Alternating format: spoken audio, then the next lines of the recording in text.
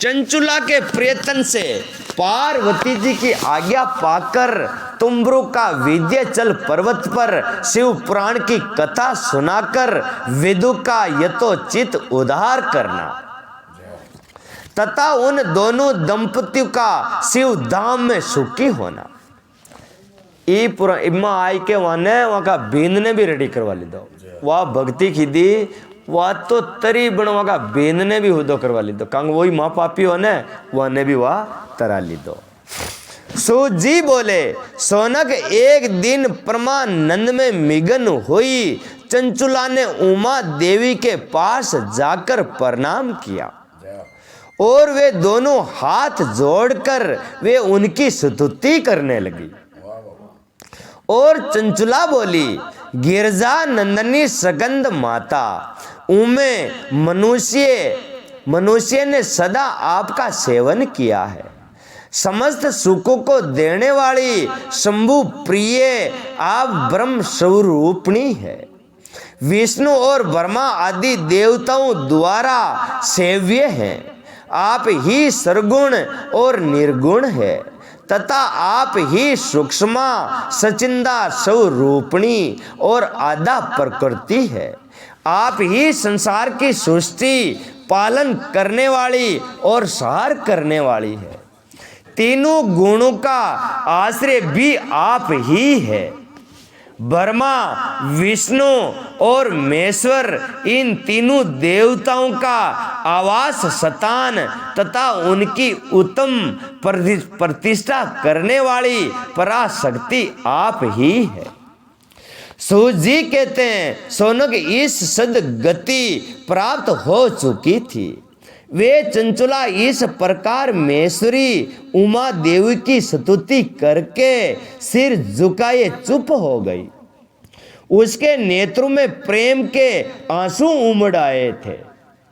जब करुणा से भरी हुई शंकर प्रिया भक्त वसला पार्वती देवी ने चंचुला को संबोधित करके बड़े प्रेम से इस प्रकार कहा। पार्वती बोली, सखी चंचुले सुंदरी, मैं तुम्हारी की हुई इस स्तुति से बहुत प्रसन्न हूँ। बोलो क्या वर मांगती हो? तुम्हारे लिए मुझे कुछ भी दे नहीं है। चंचुला बोली, निष्पाप गिरजा राजकुमारी, मेरे पति विदुक इस समय कहाँ है? उसकी कैसी गति हुई है ये मैं नहीं जानती। कल्याणमयी दीन वसले मैं अपने उन पति देव से जिस प्रकार संयुक्त हो सकूं वैसा ही कोई उपाय कीजिए। वो क्यों डॉक्टरी मारा भेनू मने मिला दे, वो मारा पहली मर्जियो है कनेक्शन कड्डे है कही है जी के मने भाचो बे वहां का दर्शन करवा दोगे। महेश्वरी महादेवी, मेरे पति एक शूद्र जातीय वेश्या के प्रति आसक्त थे और पापों में ही डूबे रहते थे। उनकी मूर्ति मुझसे पहले ही हो गई थी। न जाने वे किस गति को प्राप्त हुए। गिरजा बोली, बेटी तुम्हारा विदुक नाम वाला पति बड़ा पापी था। उसका अंतकरण बड़ा ही दूषित था। वेश्या का उपभोग करने वाला वे महामूढ़ मरने के बाद नरक में पड़ा। अगणित वर्षों तक, क्योंकि एक गणित वर्षों तक नरक में नाना प्रकार के दुख भोग कर वे पापी आत्मा अपने शेष पापों को भोगने के लिए विंध्याचल पिशाल पर्वत पर पिशाच हुआ है।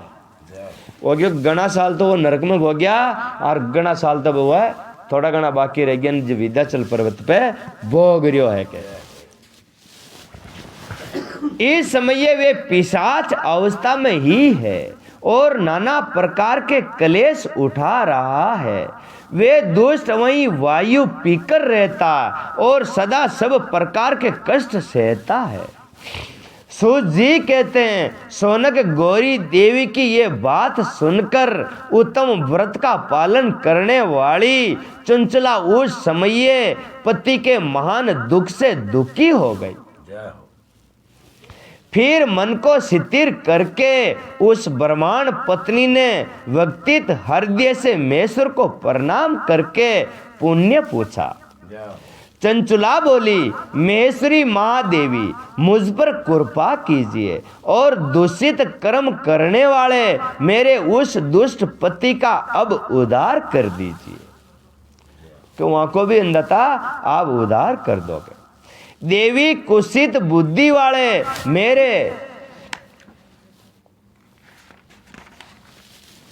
मेरे उस पापी आत्मा पति को किस उपाय से उत्तम गति प्राप्त हो सकती है, ये शीघ्र ही उपाय कीजिए।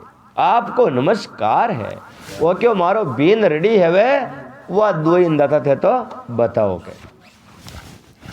पार्वती ने कहा, तुम्हारा पति यदि शिव पुराण की पुण्यमयी उत्तम कथा सुने तो वे सारी दुर्गति को पार करके वे उत्तम गति का भागी हो सकता है।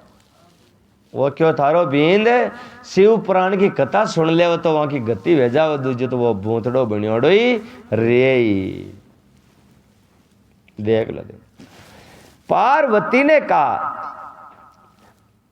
अमृत के समान मधुर अक्षरों से युक्त गौरी देवी का ये वचन आदर पूर्वक सुनकर चंचुला ने हाथ जोड़कर मस्तक झुकाकर उन्हें बारंबार प्रणाम किया और अपने पति के समस्त पापों की शुद्धि तथा उत्तम गति की प्राप्ति के लिए पार्वती देवी से ये प्रार्थना की, मेरे पति को शिव पुराण सुनाने की व्यवस्था कीजिए। वो क्यों देवी मारा बीन शिव पुराण सुनवा बाकी आप कोई व्यवस्था करो। उस ब्राह्मण पत्नी के बारंबार प्रार्थना करने पर शिव प्रिया गौरी देवी को बड़ी दया आ गई। उन भक्त वसला माहेश्वरी गिरजा राजकुमारी ने भगवान शिव की उत्तम कीर्ति का गान करने वाले गर्दोज राज तुम्बरू को बुलाकर उसे प्रसन्नता पूर्वक इस प्रकार कहा, पार्वती एक तुम्बरू बुलायो, शिव कथा खेबाड़ो।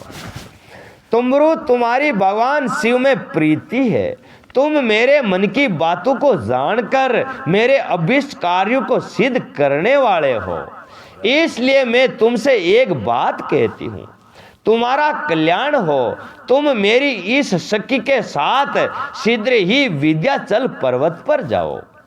वहाँ एक महाघोर और भयंकर पिशाच रहता है। उसका वृतांत तुम आरंभ से ही सुनो। मैं तुमसे प्रसन्नता पूर्वक सब कुछ बताती हूँ। पूर्वे जन्म में वे पिशाच विदुक नाम का ब्राह्मण था। मेरी इस सखी चंचुला का पति था, परंतु वे दुष्ट वेश्यागामी हो गया। स्नान संध्या आदि नित्य क्रम छोड़कर अपवित्र रहने लगा। क्रोध के कारण उसकी बुद्धि पर मूढ़ता छा गई थी। वे कृत्य यापन कृत्य का विवेक नहीं कर पाता था।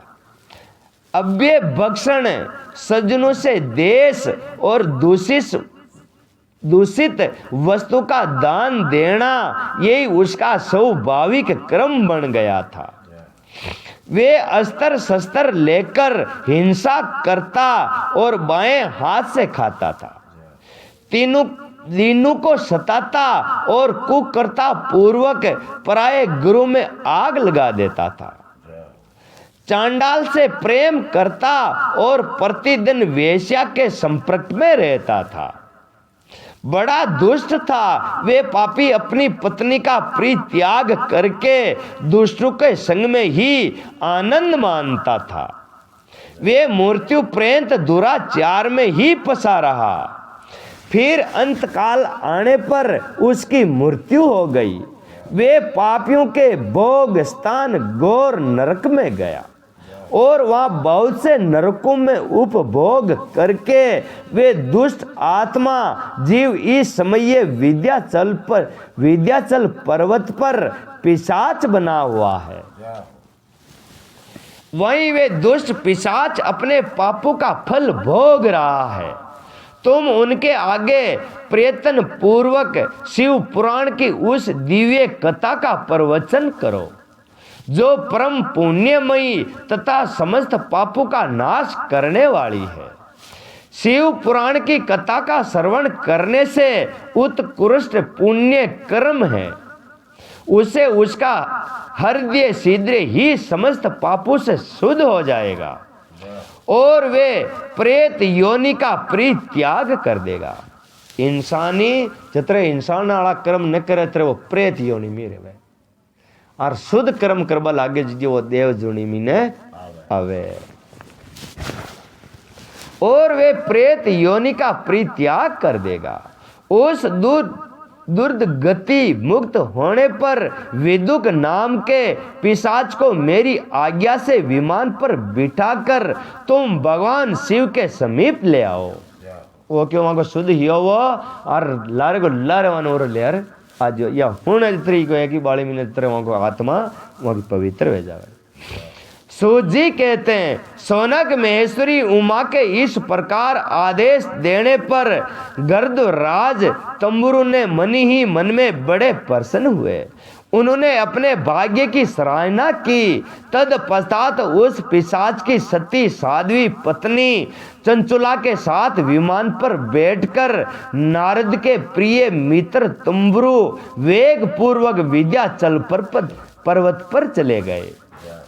वहां वे पिशाच रहता था। वहां उन्होंने उस पिशाच को देखा।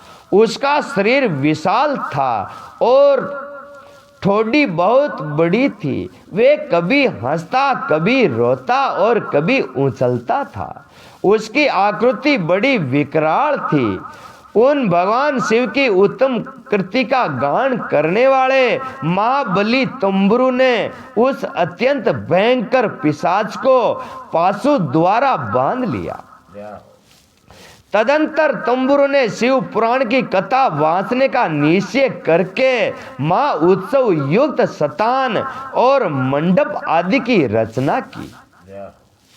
इतने में ही संपूर्ण लोकों में बड़े वेग से ये प्रचार हो गया कि देवी पार्वती की आज्ञा से एक पिशाच का उद्धार करने के लिए उद्देश्य से शिव पुराण की उत्तम कथा सुनाने के लिए तुंबरु विंध्याचल पर्वत पर आ गए हैं। ओहो डहाको है जो एक राक्षस ने मानो शुद्ध गति प्राप्त करवा के बात है शिव पुराण की कथा। घना ने तो वो जीते वो यो ने भाई शिव पुराण वहां की गति वेग ने वे घना तो वह बात देख बाया जतरो भलो करबा ना आवे मनक ने जतरो वहां को पर्चो ले बावे जतरा मनक वहां को उद्धार करबा ना आया ने जतरा मनक तो वहां देख बाया देखे यूं वहां को काम वेग ने वे हाँ प्रणाम ले बावे। विंध्याचल पर्वत पर गए। फिर तो उस कथा को सुनने के लोभ से बहुत से देव ऋषि भी शीघ्र वहां आ पहुंचे। आदर पूर्वक शिव पुराण सुनने के लिए आए हुए लोगों के उस पर्वत पर बड़ा अद्भुत और कल्याणकारी समाज जुट गया। गणम नगुड भेड़ा वे गया। फिर तंबुर ने उस पिशाच को पाशु से बांधकर आसन पर बिठाया और हाथ में वीणा लेकर गौरी पति के कथा का गान आरंभ किया। पहली अर्थात विशेश्वर संहिता से लेकर 7वीं वायु संहिता तक माँ वाक्य सहित शिव पुराण की कथा का उन्होंने स्पष्ट वर्णन किया। 7 संहिताओं सहित शिव पुराण का आदर पूर्वक श्रवण करके वे सभी श्रोता पूर्णत कृतार्थ हो गए। उस परम पुण्यमयी शिव पुराण को सुनकर उस पिशाच ने अपने सारे पापों को धोकर उसे पैशाचिक शरीर को त्याग दिया। फिर तो वे शीघ्र ही उसका रूप दिव्य हो गया। अंग कांति गोरे वर्ण की हो गई। शरीर पर श्वेत वस्त्र तथा सब प्रकार के पुरुषोचित पुरुषोचित आभूषण करके अंग को उदारसित करने लगे। वे तीर नेत्रधारी चंद्रशेखर स्वरूप हो गए। भगवान शंकर को रेवन नंदीड़ो जिस्यो बना दी दो माने। इस प्रकार दिव्य देहधारी होकर श्रीमान विदुक अपनी प्राण वल्लभा चंचुला के साथ स्वयं भी पार्वती वल्लभ भगवान शिव का गुण गान करने लगा। उसकी स्त्री को इस प्रकार दिव्य रूप से सुशोभित देख वे सभी देव ऋषि बड़े विस्मित हुए। उनका चित्त परमानंद में पूर्णिमित हो गया। भगवान महेश्वर का वे अद्भुत चरित्र सुनकर वे सभी श्रोता परम कृतार्थ हो गए। प्रेम पूर्वक श्री शिव का यदोगान करते हुए अपने अपने धाम को चले गए। दिव्य रूपधारी श्रीमान विदुक भी सुंदर विमान पर अपनी प्रियतम के पास बैठकर सुख पूर्वक आकाश में स्थित हो बड़ी शोभा पाने लगा। तदंतर महेश्वर के सुंदर एवं मनोहर गुणों का गान करता हुआ वे अपनी प्रियात्मा तथा तंबुर के साथ शीघ्र ही शिव लोक में जा पहुंचा। वहां भगवान महेश्वर तथा पार्वती देवी ने प्रसन्नता पूर्वक विदु का बड़ा सत्कार किया। को सत्कार बने भगवान शंकर को सत्कार की दुआ घना दिनों आया और उसे अपना पार्षद बना लिया। उसकी पत्नी चंचला पार्वती जी की सखी हो गई। उस धनी भूत ज्योति स्वरूप परमानंद में सनातन धाम में अविचल निवास पाकर वे दोनों दंपति परम सुखी हो गए। शिव पुराण के श्रवण की विधि तथा श्रोताओं के पालन करने योग्य नियमों का वर्णन इन्हें बख्शन होने चाहिए। जो के इन्हें गतु होने तो ऐसे आप जान के संकट भी जानी अपना टल जावे पण इन पुण्य क्षण छाव जी को रेशिया बापा ने बताया। अब चाय आई मैंने तो जब से यो थोड़ा ही सेट से हाँ हाँ चाय को कर लो तो कर लो ज्यादा